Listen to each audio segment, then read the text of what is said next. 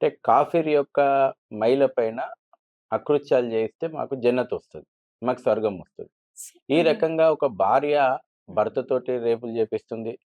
ఒక అక్క ఒక తమ్మునితోటి రేపులు చేపిస్తుంది. అంటే కాఫీర్ మహిళలంటే హిందూ మహిళల పైన. హ్మ్.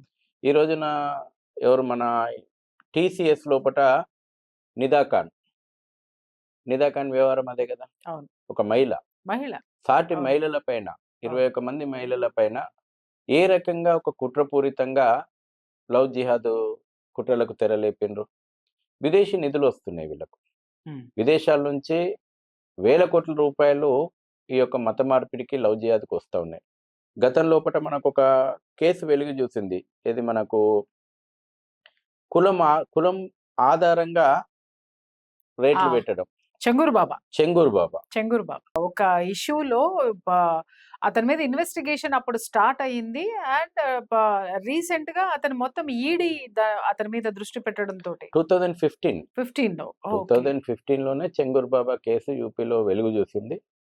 2015లో 'చెంగూరు బాబా' కేసు వెలుగు చూసిన తర్వాత ఈ లవ్ జిహాద్ ఎనకాల హ్మ్. విదేశీ శక్తుల హస్తమేముంది? విదేశీ నిధులేమున్నాయి? హ్మ్.